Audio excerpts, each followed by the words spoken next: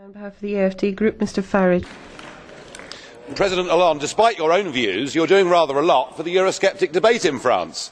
The decision to reduce the retirement age, to increase the minimum wage, but above all, of course, the hate tax, to make sure that all your successful entrepreneurs and now footballers are fleeing France, means that the competitiveness gap between France and Germany is getting wider.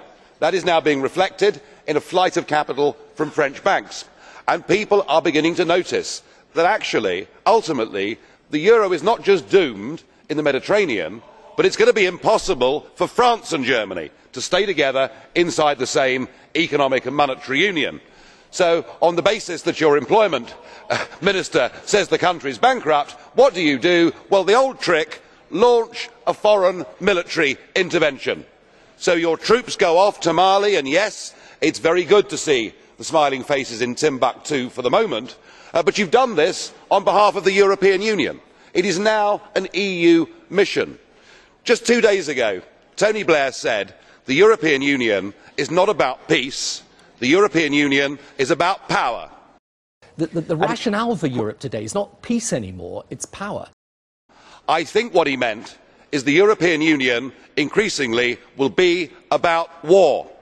Because the response to Mali, the response to it being an EU mission, and we have heard it all round the chamber today, the Liberals urging us to intervene militarily in Syria, support from right and left in this House that the EU should intervene militarily. I have to say this: if you really think that taking on fundamentalist radical Islam in battle is something that we can somehow succeed in, I suspect we will launch ourselves in the same way we have in Afghanistan, on a decade of unending, unwinnable misery. I do not want the United Kingdom to be part of a militaristic, warlike European Union, and that is the speech that I have heard both from you, President Hollande, and from most people in this chamber today. Das